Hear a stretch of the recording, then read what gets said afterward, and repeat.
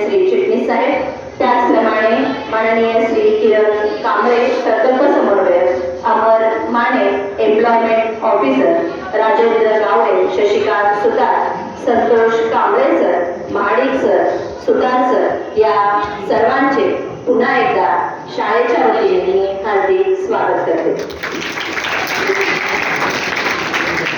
आजच्या कार्यक्रमाचे प्रास्ताविक शाळेच्या मुख्याध्यापिका श्रीमती बाबर मॅडम यांनी करावे अशी मी त्यांना विनंती करते.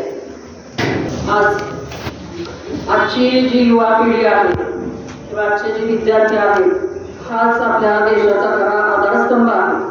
आणि या युवा पिढीला जर योग्य वयात योग्य मार्गदर्शन मिळालं तर ती आपलं अस्तित्व टिकवू शकते. योग्य वयात योग्य मार्गदर्शन मिळणं ही अतिशय महत्त्वाची गोष्ट आहे.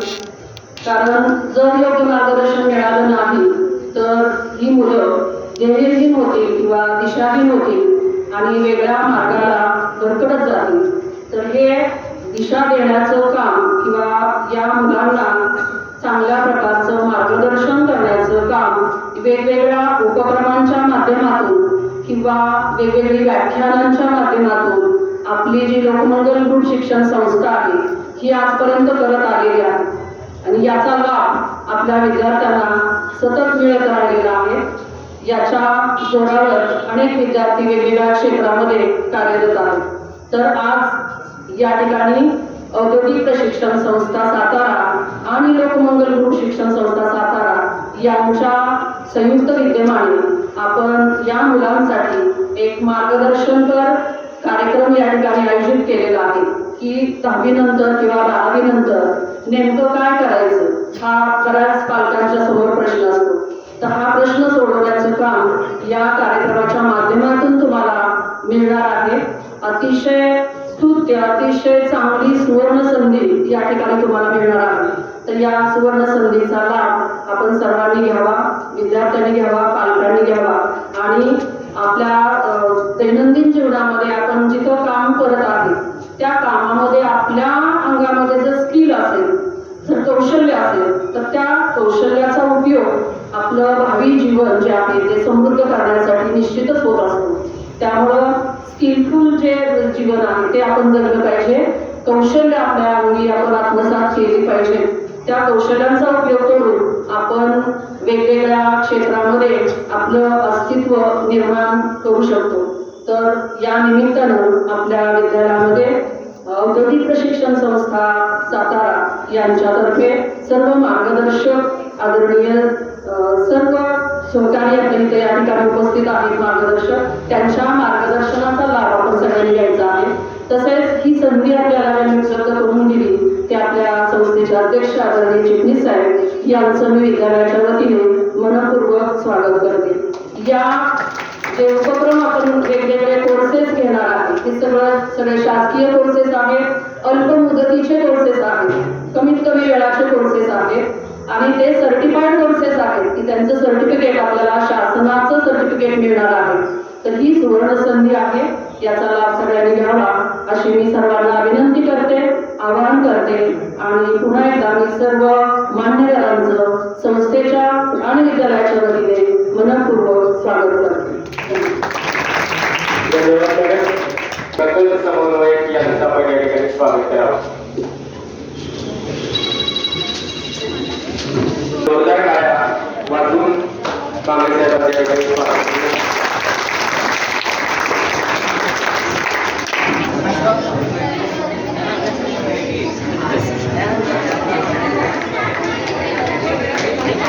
जोरदार आपण टाळ्या करूया.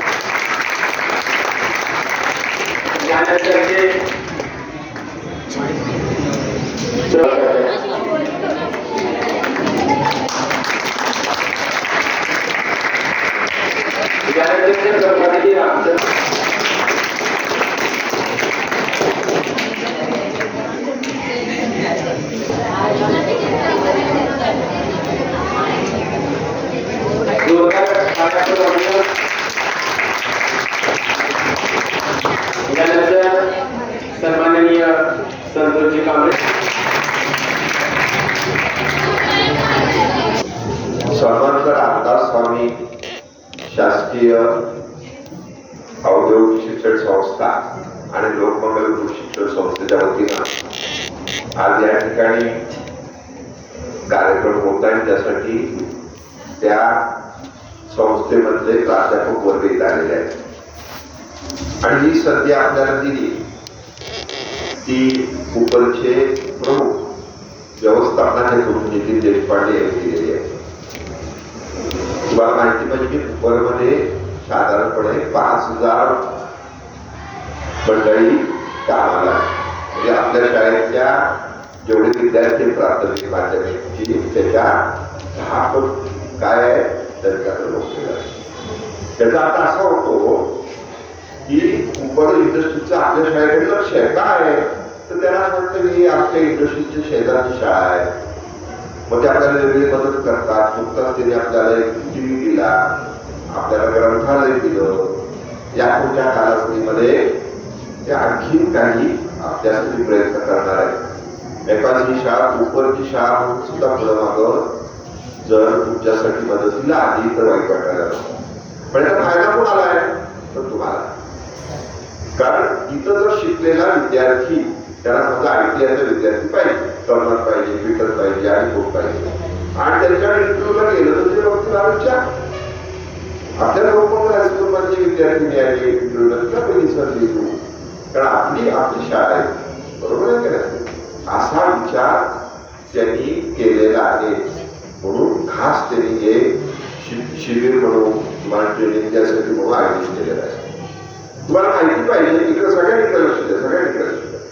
तुम्हाला माहिती पाहिजे की 15 वर्षापूर्वी अशी परिस्थिती निर्माण झाली होती की हे शासकीय ITI जे सगळे आहेत महाराष्ट्रामध्ये त्यांची विद्यार्थी संख्या कमी कमी कमी होत चालली होती आणि बी मेकॅनिकल, बी कॉम्प्युटर आणि काय इथं मात्र प्रचंड गर्दी होती. वेगवेगळ्या उद्योगपतींनी वेगवेगळ्या राजकीय लोकांनी ज्या काही संस्था काढलेल्या होत्या तिथं गर्दी होती. पण हळूहळू लक्षात आलं की त्यांना काही नोकरी मिळत नाही आणि मग पुन्हा ITI कडे पालकांचा ओघ वाढला. विद्यार्थ्यांना ज्याला कळत होतं त्यांचा ओघ वाढला. म्हणजे पालक हुशार होते, त्यांचे शेजारी हुशार होते. जी मुलं ज्या शाळेत होती त्या शाळेतले आदू सरांसारखे, पठाण सरांसारखे, काका निकमांसारखे आणि इतर शिक्षक जे आहेत असे शिक्षक होते. त्यांचा ओघ त्या मुलांचा फक्त चालू झाला ITI होता. आपल्याकडे डावेकडे बसलेली जी मुलं बोलवली की नाही आपण तेवढंच बोललो. त्याचं एक उदाहरण तुम्हाला सांगतो मी नाशिकला गेलो आणि नाशिकला मी ज्या रिक्षेत बसलो त्या रिक्षाने मला भाडं सांगितलं 200 रुपये कॅल्क्युलेटर आणि मी म्हणलं नाही 150 घ्या. अहो साहेब म्हणले आम्ही 300 रुपये घेतो पण माझी शेवटची किती म्हणून 200 सांगितली. म्हणून ठीक आहे मी बसतो तेवढ्या एक मुलगा आणि आमच्या रिक्षेत बसला. मला सांगितलं सरकारमध्ये गेला आम्हाला दोघांना मला कळलं पहिल्यांदा त्यांना कसं काय बसतो. थोडं पुढे गेलं लक्षात आलं अरे पण त्यांचाच मुलगा आहे.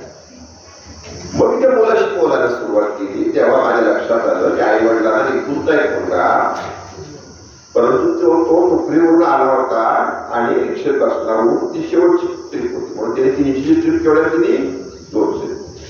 मग मी त्याच्याशी बोलताना माझ्या लक्षात आलं आई वडील किती हुशार आहे. आई वडिलांनी काय केलं 10वी झाल्यानंतर आपल्या मुलाला ITIला घातलं. त्याने कोर्स केल्याबरोबर त्याला नोकरी लागली. नोकरी लागल्याबरोबर त्यांनी पुढचा कोर्स 3 वर्षाचा डिप्लोमा चालू केला. त्याचा डिप्लोमा झाला. नोकरी चालूच आहे दुसरीकडे त्याची. आता तो डिग्री करतोय. पण त्याला पण डिग्री केलं काय करणार नाही म्हणजे मुंबईला जाणार, मुंबईला नोकरी करणार आणि आता तो काही मुंबईला गेला पण असतो. बरोबर आहे. मला दुसरी घटना आठवली की माझा एक भाचा आहे लंडनला येतो.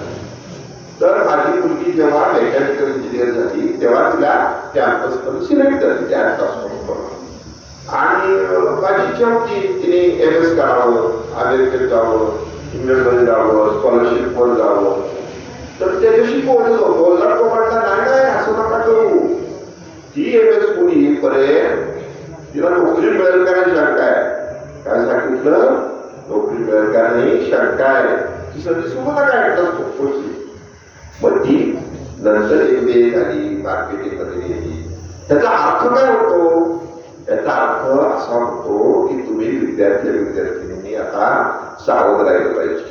सावध अशासाठी की आता वेगळ्या ठिकाणी कॉलेजेस आहेत, खाजगी कॉलेजेस आहेत, इंजिनिअरिंगचे आहेत, आणखीन कुठले आहेत, ते काय करतात? माहिती गोळा करतात. बरोबर आहे.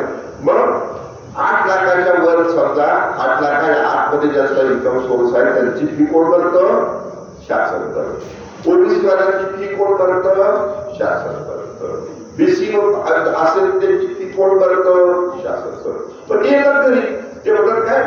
आमच्याकडे या, फुकट शिक्षण, काय काळजी करू नका, प्लस तुम्हाला आणखीन काय देतो. कारण त्यांना फी कुठे मिळत असते? शासनाकडे. बरोबर आहे. मग आपण घेतो ऍडमिशन. आपण समजा मेकॅनिकल इंजिनिअरला ऍडमिशन घेतो 4 वर्षाचा 6 वर्षाचा कोर्स आणि डिप्लोमा डिग्री 10वी नंतर. डिप्लोमा केला, डिग्री केली म्हणजे 6 वर्ष गेली. किती वर्ष गेली? तोपर्यंत मेकॅनिकल इंजिनियर काय झाले? लाईन मध्ये उभे आहेत. मोठी लाईन आहे, ते सांगतील शिक्षक एखाद्या वेळेस.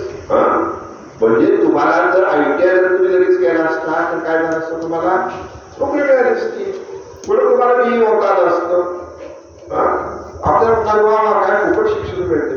शिक्षण कसं मिळतंय महत्वाचं नाही, परिस्थिती काय आहे, तुम्हाला कुठले कोर्सेस आहे. पण तिथं गेल्यानंतर तुम्हाला पाठीचा खर्च आहे, आई वडिलांना करावा लागतो. काय तू कुठला करणार? तुमची जर परिस्थिती नाही तर. आणि अशा काही चक्रव्यूहामध्ये मुलं मुली अडकत जातात. म्हणून आपल्या सगळ्या शाळांमध्ये आपण काय सांगतो? पहिली गोष्ट, आपण महाविद्यालयाला कुणाला एंट्री देत नाही आपल्या शाळेत, की ते येऊन आमच्या मुलांना भडकवू नये. आमच्याकडे या.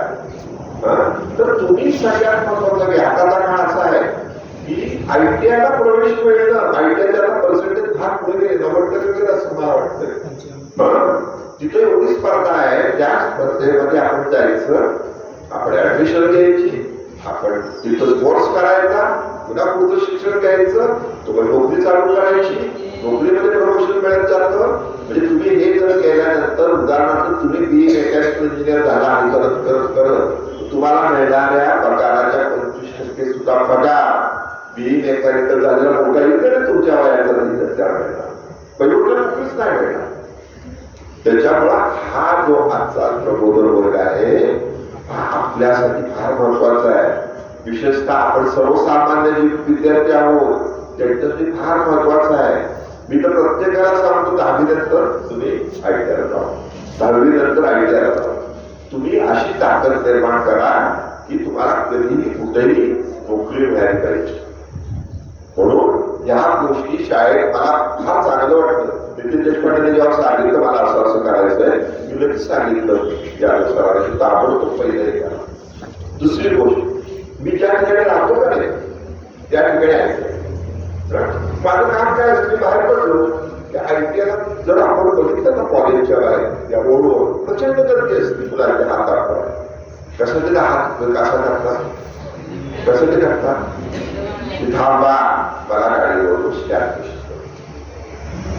कुठं मुलं येतात. मग अंगापूर आहे समजा, अगदी खेडेगावातली मुलं, बिचारी गरीब मुलं, पॅन्ट टाकली, शर्ट घातलंय, पण त्यांना कळलं नाही मला ITI करायचं आहे.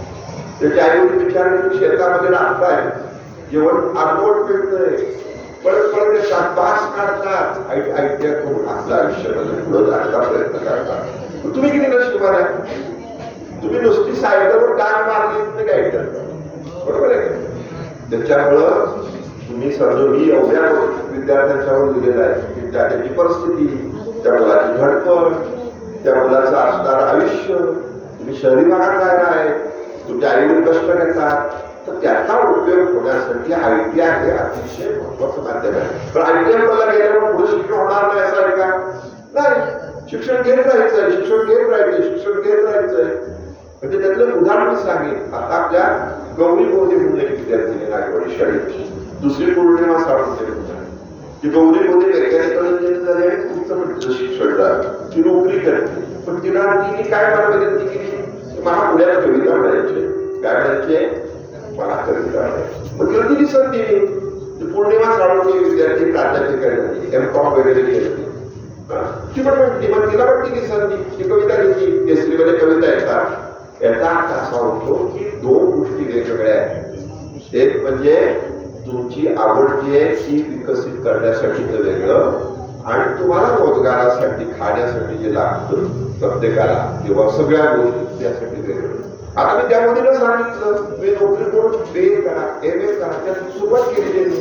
कारण त्या शाळेपासून वक्तृत्वात आहे, नाटकात आहे, भाषणात आहे, लिहिण्यात आहे, त्यांची जी आवड आहे थोडक्यात म्हणजे.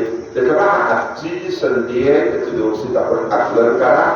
आपण लक्षात ठेवा, आपले आईवडील सगळ्यांचे काय हुशार आहेत का माहित नाही आपल्याला. त्या व्यक्तीला शिकले नसतील पण त्याची इच्छा आहे तुम्ही शिकावं, गाडी घ्यावी. अशा लोकांसाठी विशेष काही ट्रेनिंग आहे. हे तुमचे गुरु आहेत, ते तुझ्या नंबर घेऊन तुम्हाला तुम्ही मला जरा मार्गदर्शन करा. करतील कोर्सेस आहेत त्यांच्याकडे. आधी मला वाटतं आता ITIला ब्युटी पार्लरचे पण कोर्सेस आहेत माझ्या माहितीप्रमाणे, समजून घ्या. भरपूर कोर्सेस आहेत. ब्युटी पार्लरचा पण कोर्स आहे. ब्युटी पार्लर महत्वाचं झालंय. मला आठवते लहानपणी गेली दाताचे दवाखाने आपण बघितले होते. आता सगळ्यात जास्त महत्व दाताचा दवाखाना. पेंटिंग झाला की तो पैसे छापतो. कारण आपल्याला दाताचं महत्व कळेल तो कळतच नव्हतं. वाकडे एक पोके, घासलेलं एक पोके. आता काय, आता आपल्याला कळलं आपलं सौंदर्य कशाला. तर हे सगळं महत्वाचं आहे. त्याच्यामुळं एकच त्या सगळ्या जरी टाळ्या वाजवा आणि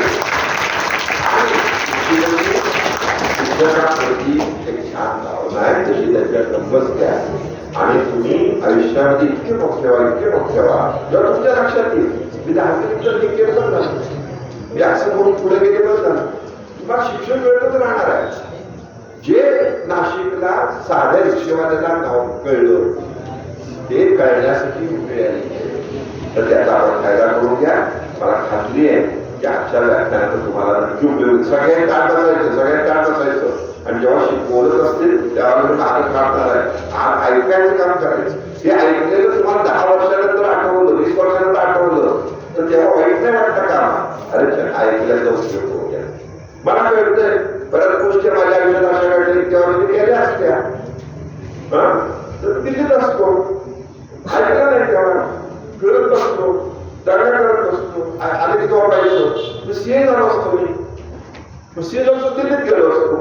ठीक आहे माझी दिल्लीवर गेली, ठीक आहे नशिबाने शाळा काढल्या, मला शिकवायचा प्रयत्न करतोय. मी पण नशीब आहे माझ्या आयुष्यात. मला शिक्षण मिळत शकत नव्हतं, आईने शिकवलं. तसं तुम्हाला हे सांगायला आलेले आहे. सगळ्यांना विनंती करतो की आपण त्याचं ऐकून घ्यावं, तुमच्या मनामध्ये आवडीचे कोर्स तयार करा आणि 10वी नंतर प्रत्येकाला विनंती आहे की मॅक्सिमम लोकांनी ऐकल्या करा. धन्यवाद. संदर्भात तुम्हाला माहिती सांगितली आणि आजची संधी खरंच तुमचं जीवन सुंदर आणि सोन्यासारखंच होऊ शकेल यासाठी पुढच्या काही मिनिटात तुम्हाला लक्ष देऊनच ऐकावं लागेल. यानंतर सन्माननीय किरण कांबळे प्रकल्प समन्वयक यांना मी विनंती करतो की आपण या ठिकाणी मनोगत व्यक्त करावं. आदरणीय व्यासपीठावरील उपस्थित सर्व मान्यवर, आजी माझी विद्यार्थी आणि माझ्या बालगोपाल, आज एका वेगळ्या उद्देशानं, जसं सरांनी सांगितलं त्या उद्देशानंच आम्ही आलेलो आहोत.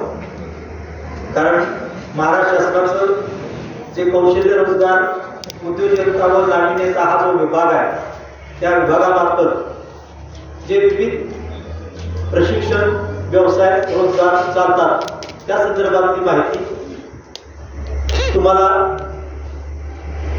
लवकरात लवकर कळावी. म्हणजेच आपण जसं म्हणतो की 8वी 9वी 10वी मध्येच किंवा आपण पुढं अल्प कालावधीमध्ये रोजगाराच्या संधी कशा उपलब्ध करू शकतो किंवा मिळवू शकतो याचं ज्ञान मिळणं गरजेचं आहे.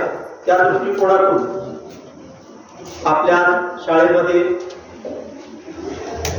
तज्ञ शिक्षकांमार्फत सद्यस्थितीत ITI मध्ये जे कोर्सेस चालू आहेत किंवा आता दुसरा टप्पा चालू झालेला आहे त्याच्यामध्ये जे कोर्सेस आहेत त्या संदर्भातली माहिती देण्यासंदर्भात आपले मार्गदर्शक किंवा तज्ञ अधिकारी आणि शिक्षक वर्गही उपस्थित आहे.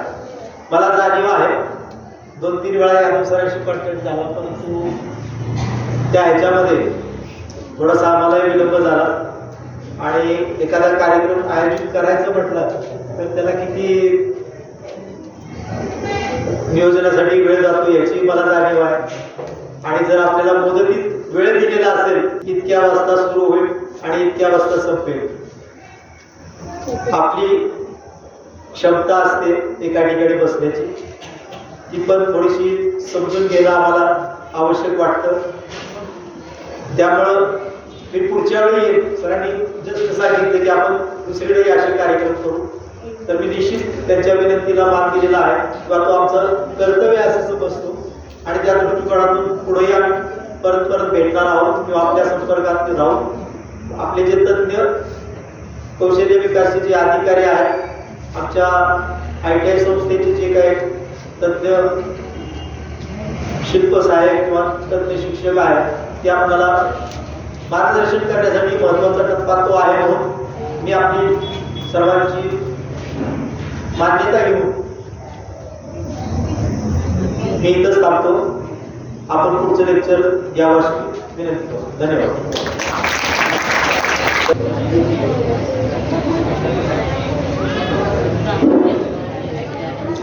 बोलता कसं सगळ्यांना बरोबर ना? मुलांना तर 100% लागली आहे. मला तर बघतोय मी मुली जरा तरी मुलं माहिती आहे, तर मुलं पाच जेलमध्ये कसे बसतात मुली जर अशी बसलेली आहे सगळी. खरं तर म्हणजे असा भेदभाव करत नाही मी, पण मुलींपेक्षा मुलांना जास्त खरं करत आहे. कारण मुलींचं कसं आहे, ठीक आहे त्यांना आरक्षण वगैरे वाढतंय, त्यामुळे त्यांच्या जॉबवरची संख्या वाढते, त्यांच्या म्हणजे अपॉर्च्युनिटी वाढतात. पण मुलांच्या अपॉर्च्युनिटी हाय करत राहिल्या, त्यांच्या काय वाढ झालेली नाही आणि जबाबदारी जास्त मुलांवर टाकणार आहे भविष्यात. तेव्हा मुलं जास्त सिरियसली आहे का तर सरांनी सांगितल्याप्रमाणे आम्ही एम्प्लॉयमेंट ऑफिसमधून आलो आहे. एम्प्लॉयमेंट ऑफिस म्हणजे रोजगार देणारा विभाग. महाराष्ट्र शासनामार्फत आमचा विभाग कार्यरत आहे. महाराष्ट्र शासनामध्ये विविध विभाग असतात. तुम्हाला तर जास्त माहीत असेल, तुमच्या सिलेबस काय मला माहीत नाही, पण तरी पण सांगतो मी. मध्ये तुम्हाला उदाहरण देईन, त्यामुळे ते अधिक स्पष्ट तुम्हाला होईल. फॉर एक्झाम्पल तुम्ही आता लाडकी बहीण योजना सगळ्यांनी ऐकली असेल बरोबर ना? मुलींचा आवाज वाढला बरोबर. लाडकी बहीण योजना म्हणजे सगळ्यात फेमस आणि सगळ्यात आवडती योजना झाली. त्याच्या आधी काय कुठल्या योजना आल्या गेल्या काय मला माहीत नव्हतं, पण अशा भरपूर योजना चालू असतात आणि आपले बरेच विभाग आहेत, जवळजवळ 30-40 विभाग वेगळे आहेत. आता त्यातली लाडकी बहीण योजना तुम्हाला माहिती आहे म्हणून तुम्हाला उदाहरण दिलं. तर लाडकी बहीण योजना आहे ती मुलींसाठी होती, महिलांसाठी होती बरोबर. आणि ती म्हणजे ती चालू पण होती योजना पण होती, तर महिला आणि बालविकास विभाग असा एक विभाग आहे आपल्या शासनामध्ये, त्यांच्या मार्फत योजना चालू होती. सेम वे आमचा त्यांच्यासारखाच विभाग आहे, कौशल्य रोजगार उद्योजकता आणि नाविन्यता. नाव बरंच मोठं आहे, पण या चारची कामं वेगळे आहेत. अशा कौशल्याचा वेगळा विषय, रोजगार वेगळा विषय, उद्योजकता वेगळा विषय आणि नाविन्यता वेगळा विषय. तर आता आपण जे चाललेलं आपण बघा ते फक्त कौशल्यावरच चाललेलं आहे. याच्यात आपण रोजगार उद्योजकता नाविन्यता मिळत नाही, ते फक्त कौशल्य जे तुम्हाला दिसतंय कौशल्य रोजगार कौशल्य चाललं चाललेलं आहे. आणि त्यात पण अल्पमुदतीचे कोर्सेस येत्या लक्षात. आता मला पण चाललंय सगळं नाव बोलतोय कौशल्य ही ते तुमच्या सगळं प्रॉपर चाललं असणार आहे. तर फॉर एक्झाम्पल मी तुम्हाला देतोय सगळं चालू कशासाठी केलं शासनानं. तर पहिलं तुम्हाला माहिती आहे लोकसंख्या कमी होती, रोजगाराच्या संधी जास्त होत्या. जर तुम्ही पूर्वीच्या लोकांकडे ऐकलं की 7वी पास झालेल्या पण शिक्षण होऊन गेले होते. आणि आर्मी भरतीचा तर विश्वास नका, मुलं आर्मी भरती करत गावात उचलून येत होती, म्हणजे उचलून येत होती सर म्हणून होती आर्मी भरती हो पोलीस भरती हो म्हणत होती. एवढी परिस्थिती त्यावेळेस वेगळी होती. पण आता परिस्थिती पूर्ण बदललेली आहे. आता आर्मी भरती होणं पोलीस भरती होणं पण खूप कठीण झालं आहे. याच्या लक्षात म्हणजे पहिल्यासारखी परिस्थिती आता राहिली नाही. तर शासनाचा आता विचार काय आहे की त्यांचं शिफ्टिंगवर चालणार आहे. याच्या लक्षात म्हणजे तुमचं जे रेग्युलर शिक्षण चालू आहे, पहिले ते 10वी शिक्षण घेत आहे, त्याच्यानंतर कॉलेज जातात 11वी-12वी घ्या, कोण ITI आहे. याच्या लक्षात तर या परिवारात तुम्हाला कौशल्याचं ट्रेनिंग द्यायचं, म्हणजे जेणेकरून ज्यावेळेस तुम्ही बाहेर काढल्यानंतर कोर्स करा. आता तुम्ही ऐकला असेल MSc वगैरे बरोबर. किती मुलं काय करतात ग्रॅज्युएशन झालं किंवा 12वी झालं ती प्रोसेस करतात.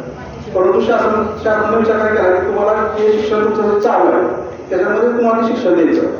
हे लक्षात जेणेकरून तुम्ही ज्यावेळेस बाहेर पडाल तुमची डिग्री घेऊन बाहेर पडाल कुठली तर तुम्हाला त्याच्यासोबत कौशल्याचं सर्टिफिकेट असणार आहे. हे लक्षात याच्यामुळे होईल काय की तुम्हाला जे तुम्ही 4-5 वर्षांनी एखादा मुलगा इंजिनियर होतो जसं सरांनी सांगितलं इंजिनियर झाल्यानंतर ना त्याला कंपनीमध्ये त्याला घेतात आणि त्यावेळेस त्याला कळतं प्रॅक्टिकल नॉलेज. तोपर्यंत प्रॅक्टिकल नॉलेज काय असतं का काहीच नसतं. फक्त आयटीआयच्या मुलांना थोड्याफार प्रमाणात प्रॅक्टिकल नॉलेज असतं. बाकी कुठलीही डिग्री जो घेतो विद्यार्थी त्याला प्रॅक्टिकल नॉलेज काहीच नसतं. तर शासनाचा हा एक उद्देश होता की तुम्हाला शिक्षण घेता घेता एक प्रॅक्टिकल नॉलेज भेटावं. येते लक्षात ना म्हणजे ज्यावेळेस तुम्ही बाहेर पडाल त्यावेळेस एवढं मोठं कॉम्पिटिशन असणार आहे त्यात तुम्हाला टिकता आलं पाहिजे. तुमच्याकडे सर्टिफिकेट असेल एखादं आठवडीचा कोर्स तुम्ही केला आणि ते पण शासनाचा केला शासनाचा म्हणजे ऑथेंटिक आहे विषय. एखादा खाजगी काय कोण तुम्हाला पैसे सर्टिफिकेट देईल पण तिथं मार्केटमध्ये व्हॅल्युएशन नसतं. मार्केटमध्ये चालणार म्हणजे कंपनीत नाणं ज्याला आपण म्हणतो ते कोण असणार आहे तर शासनाचं सर्टिफिकेट असणार आहे. येतं कारण शासन म्हणलं की तिथं ऑथेंटिकेशन येतं म्हणजे थोडक्यात 100% ही व्यवस्थित केलेलं असणार आहे. त्याशिवाय सर्टिफिकेट त्याला सर्वसाठी भेटलं नसणार आहे असं समोरचं धारणा होती. येतं लक्षात. तर याच्यामध्ये तुम्हाला वेगवेगळ्या प्रकारचे कोर्सेस करायला भेटणार आहे आणि ते तुमचं शालेय शिक्षण चालू असताना किंवा जे तुमचं रेग्युलर कॉलेज चालू असेल ते करत तुम्हाला ते शिक्षण भेटणार आहे. फक्त यासाठी तुम्हाला काय करावं लागेल तर ITIला जाऊन तिथे कुठले कोर्सेस त्या अल्पमुदतीच्या कोर्सेस आणले येतात ते बघितलं पाहिजे आणि त्याच्यानंतर तुम्हाला कोर्स सिलेक्ट करून नोंदणी करून तुम्हाला त्याच्यात भाग घ्यायचा. येतं लक्षात. त्याचा तुम्हाला त्यासाठी तुम्हाला ITIमध्ये जाऊन त्याची पहिल्यांदा प्राथमिक स्वरूपात माहिती घ्यायला लागेल. तुमच्या पॅन कार्ड बरोबर तुम्ही जाऊ शकता. ITI आपला माहिती आहे तुम्हाला साताराचा ITI माहिती आहे ना मुळाच्या वड्याला आहे तिथे जाऊन तुम्ही माहिती घेऊ शकता याच्या कुठले कुठले कोर्सेस येतात ते त्याच्याबद्दल. त्याच्यानंतर हे सगळं चालू का केलं तर आता सरकारचा उद्देश हाच आहे की सगळ्यांनी स्वतः इम्प्रुव्हमेंट करायचे. लक्षात ठेवा म्हणजे होईल जाईल रोजगार मिळेल मला असं ह्याला राहायचं नाही. तुमच्या स्वतःला तुम्ही डेव्हलपमेंट करणं खूप गरजेचं आहे. येत्या लक्षात त्याशिवाय तुम्हाला काहीतरी म्हणजे मार्केटमध्ये ज्या तुम्ही उतरा मार्केटमध्ये उतरल्यानंतर तुम्हाला त्याचा 100% बेनिफिट होणार आहे. येत्या लक्षात. आता वेळ कमी असल्यामुळे आपण काही जास्त बोलू शकत नाही तुम्ही पण कंटाळा आहे फक्त थोडक्यात मी तुम्हाला याबद्दल माहिती दिली आहे. जर तुम्हाला काय अजून शंका वगैरे असतील तर ITI किंवा आमचं एम्प्लॉयमेंट ऑफिस ST स्टँडच्या बाजूला प्रशासकीय इमारत आहे. ST स्टँडच्या बाजूला 4 मजल्याची प्रशासकीय इमारत आहे त्याच्या तळमजल्याला आमचं ऑफिस आहे. तर दोन्हीपैकी कुठेही तुम्ही विजिट देऊन तुम्ही माहिती घेऊ शकता आधीची. त्याच्या लक्षात. थँक्यू. सगळ्यांनी व्यवस्थित ऐकल्याबद्दल आभार. त्यामुळं सर्वांनी थोडंसं लक्ष द्या. मंचावर उपस्थित संस्थेचे अध्यक्ष मान्य श्री चिटणीस साहेब, संस्थेच्या प्राचार्या, शाळेच्या प्राचार्या मान्य बाबर मॅडम, आम्हाला जे इथं आमंत्रित केलं असे माननीय यादव सर आणि मंचावर उपस्थित सर्वजण त्याचसोबत तुम्ही जे समोर बसलेले आहात मित्रांनो. मगाचपासून इथं बसलोय आणि बसल्यानंतर माझं बालपण किंवा माझे शाळेचे दिवस मला आठवले. असंच तुमच्यासारखं वरांड्यात बसूनच आम्हाला विविध लेक्चर द्यायची आणि तेव्हा मनामध्ये स्वप्न खूप मोठी असायची. त्या स्वप्नाच्या पर्यंत पोहोचायचं कसं हे मार्ग मात्र माहीत नसायचे. अशी परिस्थिती जशी आता तुमची आहे आमचीही असायची. ते गाणं तेव्हा फार फेमस होतं. बापा कहते हैं बड़ा काम करेगा बेटा हमारा ऐसा काम करेगा मगर ये तो कोई ना जाने की मेरी मंजिल ने कहा. ऐकलं का कोणी गाणं? छान. तर प्रत्येकाच्या बाबतीत असंच होतं की स्वतःलाच माहीत नसतं की माझी मंजिल कुठं असणार आहे मग इतरांनी काय सांगायचं. आणि मग असं करत करत 10वी झालो. 10वी नंतर 12वी झालो. 12वी नंतर वाटलं की आता आपल्या परिस्थितीनुसार आपले शिक्षणाचे मार्ग थोडेसे कमी झालेले आहेत आणि मग त्यानुसार मी ITI केला. माझं नाव शशिकांत सुतार. आता सुतार म्हटलं की लगेच डोक्यात आला असेल की सुतार काम करणारे कोणीतरी, बरोबर. तर माझी जात तीच आहे, सुतार काम करणारी. आता मी माझी जात का सांगतोय तर विद्यार्थी मित्रांनो या ITIचा पाया जो आहे ना तोच त्या व्यवसायांच्या मध्ये आहे आणि हे सांगणं त्यामुळे गरजेचं आहे. साधारणपणे पहिल्या आणि दुसऱ्या महायुद्धाच्या काळात जेव्हा इंग्रजांचं आपल्या देशावर राज्य होतं तेव्हा त्यांनी तिकडं खनिज संपत्ती कमी पडते, तिकडं प्रशिक्षित मॅनपॉवर कमी पडते, म्हणून भरपूर मशिनरी भारतामध्ये आल्या. देशाला स्वातंत्र्य मिळाल्यानंतर ह्या मशिनरीचं करायचं काय असा प्रश्न त्यांच्या मनामध्ये आला. त्यामुळे ते काय घेऊन तर जाणारे नव्हते. इथल्या राज्यकर्त्यांनी त्या मशिनरीचा उपयोग इथल्या माणसांना प्रशिक्षित रोजगार किंवा प्रशिक्षण देणं आणि त्याच्या माध्यमातून कारखानदारी वाढीस लावणं, कारखानदारी म्हणजे इंडस्ट्रीज वाढीस लावणं यासाठी करून घ्यायचं ठरवलं आणि पहिल्या पंचवार्षिक योजनेमध्ये आयटीची स्थापना झाली. तेव्हापासून प्रत्येक जिल्ह्यामध्ये एक आयटी आहे आणि साधारण 1995-96 पासून प्रत्येक तालुक्यामध्ये एक आयटी असा स्थापन झाला. आज आपल्या शाळेची क्षमता असेल साधारण 300-400 असेल. आमची आयटीची क्षमता आहे 1500 मुलांची आणि प्रत्येक जिल्हा आयटीआयला, प्रत्येक तालुका आयटीआयला एवढ्या क्षमतेचे रोजगार उपलब्ध करून देणारे व्यवसाय शिकवले जातात. मित्रांनो, मला माहिती आहे की तुम्हाला भूक लागलेली आहे, परंतु आता मी जे काही पुढे 10 मिनिटं बोलणार आहे जास्तीत जास्त, ते तुमच्या आत्ताच्या भुकेसाठी नाहीये, तर तुमची आयुष्यभराची जी भूक आहे ते मिटवण्यासाठी महत्वाचं आहे. आयटीआय झाल्यानंतर किंवा 10वी झाल्यानंतर आपण निर्णय कसे घेतो, माझे पालक वर्गाला महत्वाची एक नंबर विनंती आहे. निर्णय घेताना होतं काय, एक गोष्ट सांगतो छोटीशी. एका गावामध्ये 2 मित्र असतात, एकाचं नाव राम असतं, एकाचं नाव श्याम असतं. आता दोघांच्याकडे गाय असते, रामपुढे गाय असते, श्यामपुढे गाय असते. एकदा काय होतं, रामची गाय आजारी पडते. रामची गाय आजारी पडल्यावर त्याला आठवतं की श्यामची गाय देखील आजारी पडलेली होती. मग तो काय करतो, तो डॉक्टरकडे जायच्या ऐवजी आपल्या श्याम नावाच्या मित्राकडे जातो आणि त्याला म्हणतो, अरे श्याम, तुझी गाय आजारी पडलेली? तर म्हणतो, हो माझी पण आजारी पडली, काय करू? श्याम म्हणतो, 1 लिटर फिनाईल पास तिला. काय म्हणतो? 1 लिटर फिनाईल पास तिला. आता हा जातो, मित्राने दिलेला सल्ला आहे त्यामुळे बरोबरच असणार, म्हणून घरी जातो, फिनाईल आणतो, 1 लिटर संध्याकाळी पाजून देतो. सकाळी उठून बघतो तर दावणीला गाय भरून पडलेली असते. तावातावानं जातो श्याम पुढे, शिव्या देतो. मग तो काय सांगितलं, मग तो काय झालं? अरे मला फिनाईल पाजायला सांगितलं आणि माझी गाय मरून पडली. अरे बापरे, म्हणतो मरून पडली का? माझी पण गाय मरूनच पडली. तात्पर्य गोष्टीचं असं आहे मित्रांनो की सल्ला विचारताना अशा माणसाला विचारा ज्याची गाय जिवंत आहे की नाही. जर तुम्ही गाय दिलेल्या माणसाला सल्ला विचारला तर तुमची गाय नक्कीच मरणार आहे. आता होतं काय तुमच्या माझ्या बाबतीत किंवा पालकांच्या बाबतीत देखील सल्ला विचारायचा कुणाला, तर जो चौकामध्ये बेकार दारा बसलेला आहे, दिदी बसलेली आहे, जिथं आता नुकतंच लग्न झालेलं आहे, तिला आपण विचारतो जाऊन, काय ग माझी 10वी झाली आहे तर मी काय करू? ती म्हणते शिकून काय फायदा नाही बघ, त्यापेक्षा MIDC कामाला गेलेलं परवडतं. किंवा मी एवढी शिकले, ग्रॅज्युएट झाले आणि आज डीमार्ट मध्ये काम करते, आज सुपर मार्केट मध्ये काम करते, तुमचा देखील काय शिकून फायदा? आपण तिथपर्यंत पोहोचत नाही जे की शिकून उच्च पदाला पोहोचलेले आहे.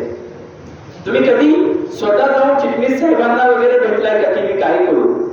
ते तर अवेलेबल आहेतच सगळं तुमच्यासाठी, पण तुम्ही भेटत नाही. तुम्ही स्वतः शिक्षकांना विचारलंय का की सर मॅडम मी काय करू?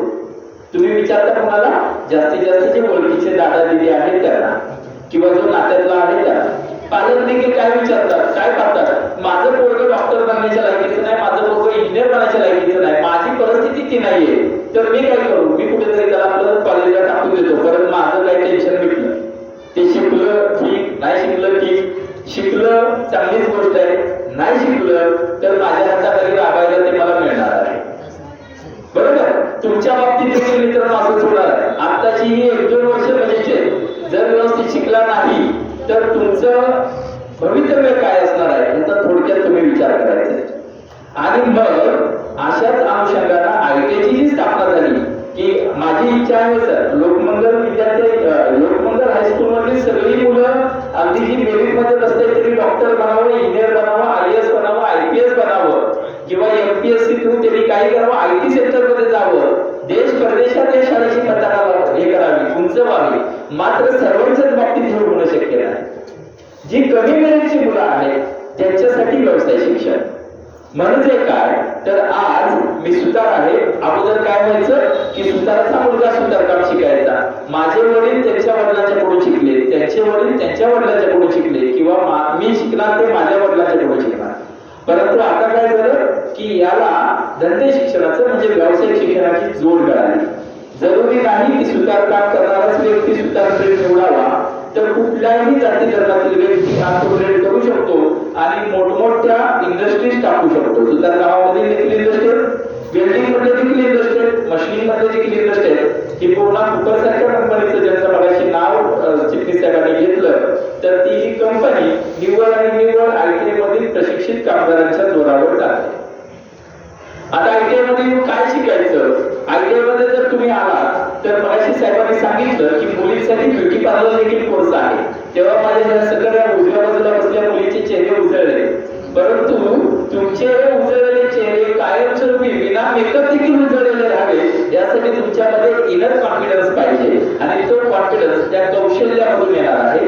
ती कौशल्य ITI मध्ये शिकवली जातात. इलेक्ट्रिशियन शिकवलं जातं, वायरमॅन शिकवलं जातं, इलेक्ट्रॉनिक शिकवलं जातं, इन्फॉर्मेशन टेक्नॉलॉजी मधला कॉम्प्युटर ऑपरेटर आणि कॉम्प्युटर ऑपरेटर प्रोग्रामिंग असिस्टंट हा ट्रेड शिकवला जातो. डिजिटल मित्रासारखा ट्रेड किंवा information technology and communication system maintenance हा ट्रेड शिकवला जातो. CCTV कसे बसवायचे हे शिकवलं जातं. सोलर पॅनल कसे बसवायचे हे शिकवलं जातं. म्हणजे काळाच्या गरजेनुसार जे जे काय आवश्यक आहे इलेक्ट्रिशियन मध्ये ते सगळे येतात. सोबतच तुम्हाला MSCB मध्ये नोकरीच्या संधी आहेत, तुम्हाला PWD मध्ये नोकरीच्या संधी आहेत. याच्या व्यतिरिक्त जर तुम्ही फॅब्रिकेशन सेक्टर मध्ये गेला तर तुम्हाला वेल्डर, फिटर, हे ट्रेड शिकवले जातात. शीट मेकर सारखे ट्रेड शिकवले जातात. तुम्ही जर मेकॅनिकल ट्रेड मध्ये आलात तर मशिनिस्ट, टर्नर, फिटर, क्रॉसमॅन मेकॅनिक, नंतर CNC सारखं जे अद्ययावत नॉलेज आहे ते शिकवलं जातं. तुम्ही जर म्हणालात की नाही मला ऍपरल मेकिंग पाहिजे, म्हणजे कपडे शिलाईमध्ये माझी आवड आहे, तर तुम्हाला त्या ठिकाणी ड्रेस मेकिंग सारखा ट्रेड आहे, फॅशन टेक्नॉलॉजी सारखा ट्रेड आहे. आणि या सर्व ट्रेड मध्ये आमचे मेकॅनिकल ट्रेड असू द्या, इलेक्ट्रिकल ट्रेड असू द्या किंवा इलेक्ट्रॉनिक्सचे ट्रेड असू द्या, ऑटोमोबाईल मध्ये आमच्याकडे गाड्या दुरुस्तीचे ट्रेड आहेत, म्हणजे डिझेल मेकॅनिक आहे, मोटर मेकॅनिक आहे. आता EV टेक्निशियन म्हणजे इलेक्ट्रिक व्हेकल टेक्निशियन असे देखील ट्रेड आलेले आहेत. तर हे सर्व ट्रेड तुम्ही या ट्रेडचं नॉलेज घेऊ शकता. आणि नॉलेज म्हणजे इथं तुमची शिक्षण संस्था आहे. आमची तुम्ही नाव वाचलं असेल प्रशिक्षण संस्था आहे. प्रशिक्षण संस्था म्हणजे काय की ज्या ठिकाणी शिक्षणाबरोबर प्रशिक्षण दिलं जातं, म्हणजे प्रात्यक्षिकचं शिक्षण दिलं जातं. म्हणजे प्रत्यक्ष तुम्हाला काम करून ते कसं चालतं यंत्र वगैरे हे पाहायचं आहे आणि त्या यंत्रावर काम करायचं आहे. यातून पुढे काय हा प्रश्न तुमच्या मनामध्ये आला असेल तर ITI करतानाच या सर्व वर्गाला मला सांगणार, ITI करतानाच 500 रुपये स्टॅम्पिंग मिळतो विद्यार्थ्याला. म्हणजे शिकतानाच त्याला पगार चालू होतो 500 रुपये महिन्याला. फक्त त्याचा अटेंडन्स चांगल्या पडलं पाहिजे. त्यानंतर कालच आमच्याकडे कॅम्पस इंटरव्ह्यू झाल्या, साधारण 212 मुलं सिलेक्ट झाली. किती मुलं? 212. आम्ही याची जाहिरात वगैरे करत नाही. ह्या मुलांचा किमान पगार म्हणजे ITI शिकत असताना त्याला नोकरीवर घेतलं गेलं किमान पगार आहे 20,000 रुपये. किती हजार रुपये? 20,000 रुपये. परंतु 20,000 रुपये जगायसाठी पुरेसे आहेत का मित्रांनो? मग किती पाहिजे तुम्हाला? पगार किती पाहिजे? बरं तुला पगार किती मिळावा? किती? 50,000. ओके, 50 कोण म्हणला? त्यासाठी काय वाजवा बरं. मला आनंद आहे की त्याच्या स्वप्न मोठे आहे. ठीक आहे. मगाशी एक तो दादा इथं जेव्हा सत्कारासाठी आला ना तेव्हा तुमच्या चेहऱ्यावरचं हास्य बघण्यासारखं होतं. मला आवडलं की तो सत्कारासाठी येतोय ना तेव्हा तुम्ही जसे खुश होतात ना तसंच एखादा विद्यार्थी उद्या मग खुर्चीवर बसला ना तर आम्हाला आनंद मिळेल, समाधान मिळेल, तेव्हा आम्ही देखील खुश असू. मग 50,000 नोकरी असणाऱ्याला नक्कीच आम्ही या खुर्चीवर बसू. परंतु आम्ही त्यापेक्षा जास्त नोकरी म्हणतोय, त्यापेक्षा जास्त पगार म्हणतोय. तुमच्याकडून अपेक्षित आहे की तुम्हाला तेवढा मिळावा. 50,000मध्ये आजकाल मित्रा जर तुझं लग्न झालं पुढे होणारच आहे बरोबर, मग लग्न झाल्यावर तुला 50,000 देखील कमी पडणार आहेत. कारण तुझ्याकडे 2 व्हीलर असली पाहिजे, तुझ्याकडे 4 व्हीलर असली पाहिजे, तुझ्या बायकोला गळ्यामध्ये 5-7 तोळे दागिने पाहिजे. 5-7 तोळ्याला साधारणतः 1.5 लाख रुपये दर आहे. नंतर तुझं स्वतःचं एक प्लॉट असून तिथं घर बांधलं पाहिजे. अशी स्वप्न आपल्याला हळूहळू पडत जातात जशी मार्ग सापडत जातात तसं. मग आपण कर्जाच्या डोक्यात आहोत. 50,000 रुपये फार कमी आहे, अजून जरा मोठा आकडा पाहिजे मला. कोण सांगेल? लाख रुपये? किती? हा बरोबर बोला. किती लाख? किती? तू बोलला बोल बोल बिंदास बोल. नाही नाही रे तूच मागं बघणार. हा तूच किती? 3 लाख रुपये. 1.5 लाख. 1.5 लाख रुपये. मित्रांनो आज मला पगार 30 लाख रुपये मलाच आहे.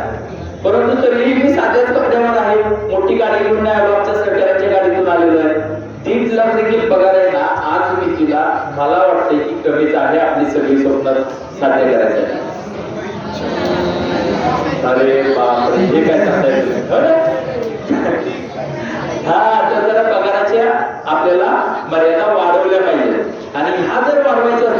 तर ऐकण्यासारखं व्यासपीठ मी म्हणेन नसणार आहे. फक्त यासाठी करायचं काय आहे की शिक्षण तर घ्यायचंच आहे, चांगल्या प्रकारे प्रशिक्षण घ्यायचं आहे याबद्दल. आता ऐका पुढे मित्रांनो, आता ऐका मी काय म्हणतोय. आयटीआयचं जे प्रशिक्षण आहे ते जागतिक लेवलवरचं प्रशिक्षण आहे. इंडो जर्मन कोलॅबोरेशन हे प्रशिक्षण तयार केलेलं आहे, स्कीम तयार केलेली आहे भारत आणि जर्मनीच्या सहाय्याने. आणि मग आज आयटीआय झालेला मुलगा जर त्याने इच्छाशक्ती दाखवली आणि तो परदेशात गेला तर त्याला किमान 2.5 ते 3 लाख रुपये पगार आहे. किती आहे? 2.5 ते 3 लाख. आणि मी हे खोटं सांगत नाही, माझे काही विद्यार्थी ऑस्ट्रेलियामध्ये आहेत, ओमान कतारमध्ये आहेत, सौदीमध्ये आहेत आणि आत्ताच एक 3 लाख पगारावर ह्याच महिन्यामध्ये चंचणी नावाच्या गावचा विक्रांत कदम नावाचा माझा विद्यार्थी जर्मनीला सिलेक्ट झालेला आहे आणि त्याला पगार असणार आहे 3 लाख रुपये. त्यातील किमान 1 लाख रुपये 3 लाख रुपये आपल्या खर्चाला जरी गेले तरी 1 ते 3 लाख रुपये आपल्याला सगळंही पडणार आहे. अशी स्वप्न जेव्हा बघाल ना तेव्हाच त्या स्वप्नांच्या पाठीमागे जावा, तेव्हाच तुम्ही यशस्वी व्हाल. बरोबर? आणि यशस्वी होण्यासाठी काय आवश्यक आहे? मंजिले उन्हीं को मिलते हैं जिनके सपनों में जान है. बरोबर ना? तर तुम्ही स्वप्न बघायला शिका आणि हे स्वप्न सत्यात उतरवण्यासाठी धडपडा. आयटीआय करून तुम्हाला इथपर्यंत नोकऱ्या मिळू शकतात. मी सांगितलं 8 तासाचाच फक्त वर्कलोड असेल. आपल्या देशामध्ये आता झालेलं असं आहे की माणसं खूप आहेत, त्यामुळं कामगार म्हणजे जॉबच्या संधी कमी झालेल्या आहेत आणि सोबतच आहे त्याच लोकांच्याकडून मॅक्सिमम काढून घेण्याचा प्रयत्न होतो. त्यामुळे त्यांना वर्कलोड देखील खूप जास्त असतो. तुम्हाला जर असं वाटत असेल की नाही मला 8 तासाचाच वर्कलोड पाहिजे, 5 दिवस काम पाहिजे, तर तुम्ही या बाह्य संधीचा देखील विचार केला पाहिजे. फक्त प्रॉब्लेम असा आहे जिंकणीचा आहे की आपल्या सातारा, सांगली, कोल्हापूर जिल्ह्यातील मुलांची अर्ध्या भाकरीची सोय असते. अर्ध्या भाकरी म्हणजे आपले आई वडील आपल्याला जीवाशी एकदम जवळ काढतात सदैव. काही झालं तरी माझ्या पोराला काही कमी पडलं नाही पाहिजे आणि काही झालं तरी माझं पोरग पुण्या मुंबईपेक्षा जास्त बाहेर नाही गेलं पाहिजे. आपण एक आपलं परी गाठलेले आहे. जॉबसाठी म्हटलं पुणे किंवा मुंबई जास्तीत जास्त. मी म्हटलं नाही तिकडं औरंगाबादला जॉब आहे, तरीही तुम्ही म्हणणार छत्रपती संभाजीनगर खूप दूर पडतंय, तिकडं नको जायला. गावाजवळ असेल तर सांगा, का तर माझ्या 2 गाया आहेत, 2 म्हशी आहेत, मला इकडं काम करत करत तिकडं धारा वगैरे काढायला देखील होतंय आणि होतंय माझं बरोबर चालतंय. परंतु त्यामध्ये करिअर नाही. करिअर कुठं आहे? जर तुम्ही मोठी स्वप्न बघितली तर. आणि या मोठ्या स्वप्नांसाठी तुम्हाला शुभेच्छा देतो. सोबतच एक महत्वाची स्कीम जी आता आमच्याकडे चालू आहे की आतापर्यंत आपण ऐकलं शिकतं कोण की ज्याला खूप इच्छा आहे. आणि शिक्षण शास्त्राचा नियम हा आहे मित्रांनो की कोणीही कुणालाही काहीही शिकवू शकत नाही. ह्या शाळा संस्था वगैरे सगळंच्या सगळं फक्त तुमच्या उपयोगितेसाठी आहे, परंतु आम्ही तुम्हाला शिकवू शकत नाही जोपर्यंत तुमची शिकायची इच्छा नसते.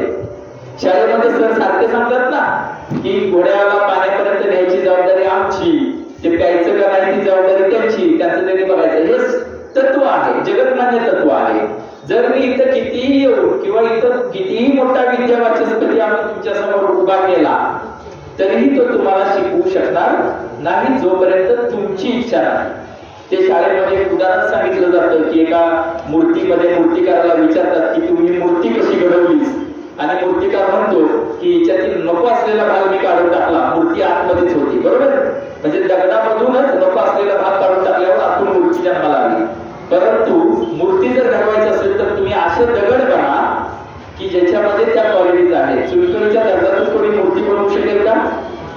नाही बनवू शकणार. त्यामुळे तुम्ही दगड जरी झाला तरी चांगल्या क्वालिटीचे दगड बना, तुमच्यापासून नक्कीच चांगलं शिल्प तयार होईल. मात्र हे शिल्प तयार करण्यासाठी तुम्हाला गरज आहे कशाची? तर कॉन्फिडन्सची, योग्य दिशेची. आणि यासोबत मी मगाशी जे म्हटलं की शिक्षणाची इच्छा ज्याची आहे त्याला मार्ग सापडतात. म्हणूनच महाराष्ट्र शासनानं आता सध्या की जी मुलं रोजगार करत शिकत आहेत किंवा जी शिकत अजून एखादं नॉलेज घेऊ इच्छितात त्यासाठी शॉर्ट टर्म ट्रेनिंगचा एक कोर्स आणलेला आहे. त्यामध्ये आमच्या आयटीआय मध्ये साधारण 5 ते 6 कोर्सेस आहेत, ज्याच्यामध्ये इंडस्ट्रियल इलेक्ट्रिशियन, ऐका मी काय म्हणतोय, industrial electrician and domestic appliances, CNC आणि VMC ऑपरेटर, नंतर डिजिटल मित्रा, ब्युटी पार्लर रिलेटेड एक कोर्स आणि वेल्डिंगशी रिलेटेड एक कोर्स, असे 5 कोर्सेस आम्ही यावर्षी इंट्रोड्यूस केलेले आहेत. या कोर्सेसचं जे ऍडमिशन आहे ते पूर्णतः तुम्हाला कुठलेही डॉक्युमेंट्स आमच्याकडे जमा करायचे नाहीये. म्हणजे तुम्ही रेग्युलर तुमचं ऍडमिशन 10वी 11वी 12वीचं किंवा ग्रॅज्युएशनचं जे काय असेल ते चालू ठेवू शकता.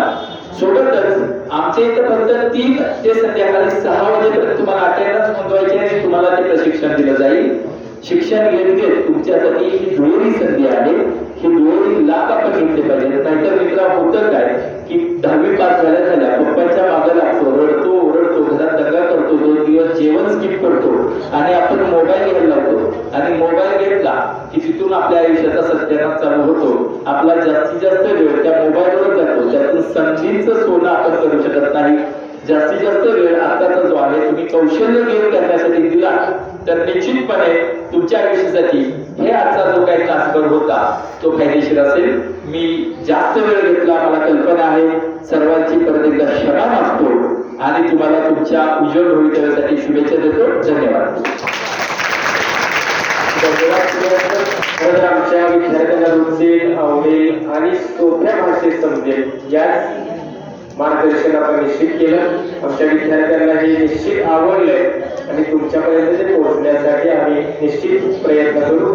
यानंतर विद्यालयाचे शिक्षक आदरणीय यादव सरांना विनंती करतो की आपण मार्गदर्शनही आणि आभाराचं गोड काम करावं.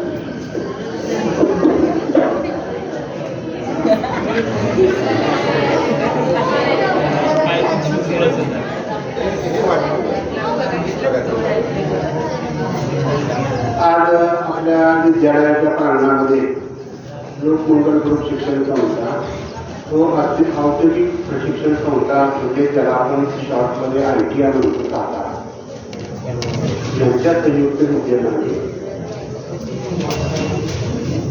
अल्पमुदतीचे जे कोर्सेस आहेत त्याची संबंधीची माहिती देण्यासाठी म्हणून आपल्या विद्यालयामध्ये ITIचे काही प्राध्यापक लोक या ठिकाणी उपस्थित झाले. त्याचबरोबर एम्प्लॉयमेंट ऑफिस ऐकले का नाव कधी तिथे तुम्हाला नोकरीची संधी उपलब्ध करून दिली जाते असं जे ऑफिस आहे तिथले काही अधिकारी लोक या ठिकाणी उपस्थित झालेले आणि या सगळ्यांचा मेळ घालण्याचं काम ज्या प्रमुख विभूतीने केलं असे ते उपरचे व्यवस्थापक देशपांडे सर आणि आपल्या संस्थेचे सन्माननीय अध्यक्ष श्रीजी सर या दोघांच्या वतीनं किंवा या दोघांच्या प्रयत्नानं हा योग घडवून आणलेला आहे. म्हणून सर्वप्रथम या दोघांचं विशेष आभार मानतो. म्हणजे देशपांडे साहेब असतील आणि संस्थेचे अध्यक्ष चिटणीस सर असतील या दोघांचं विशेष आभार मानतो.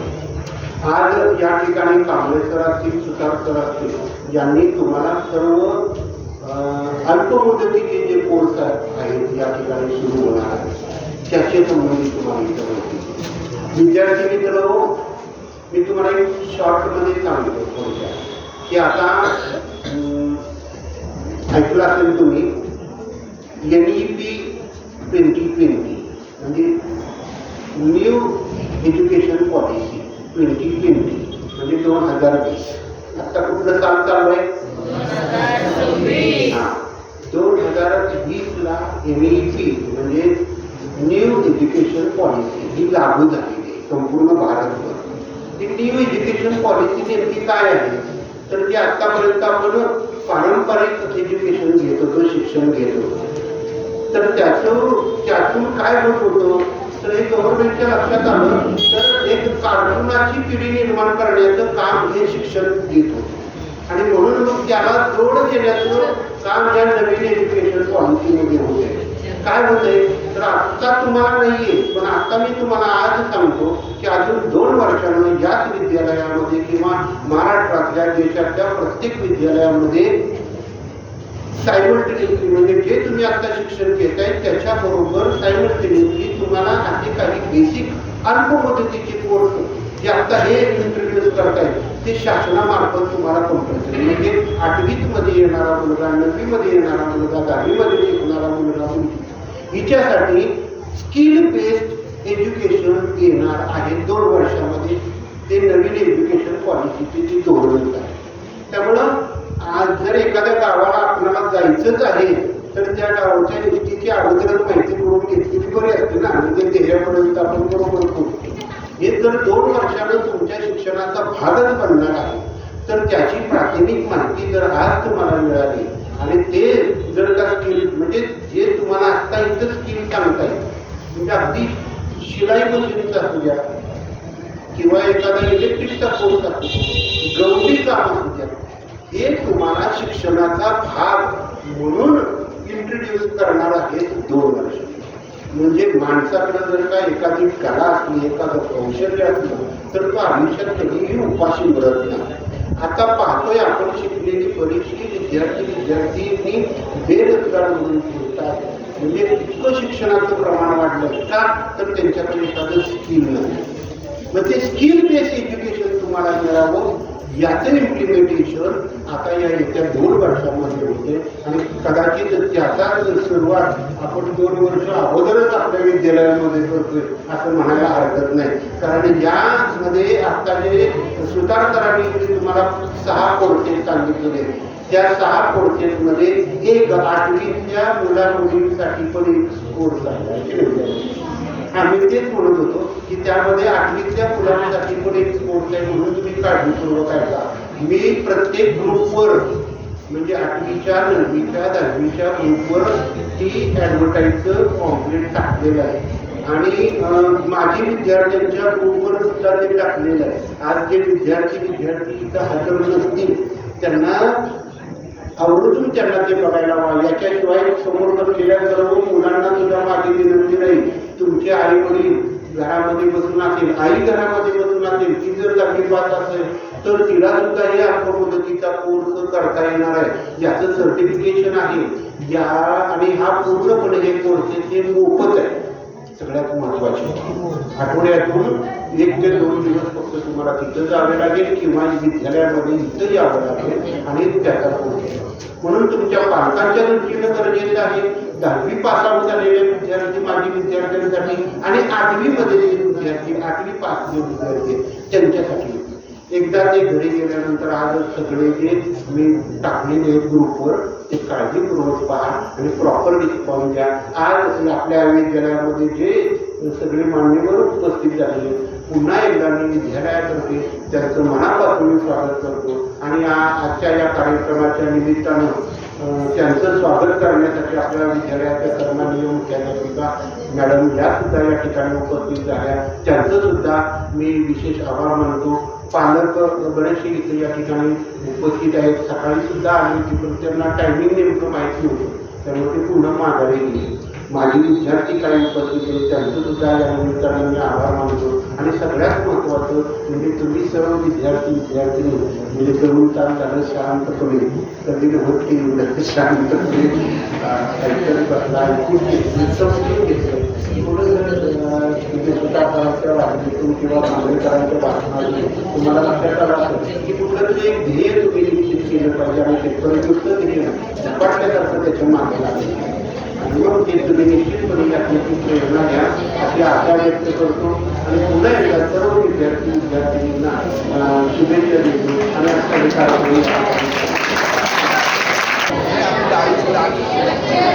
कार्यक्रम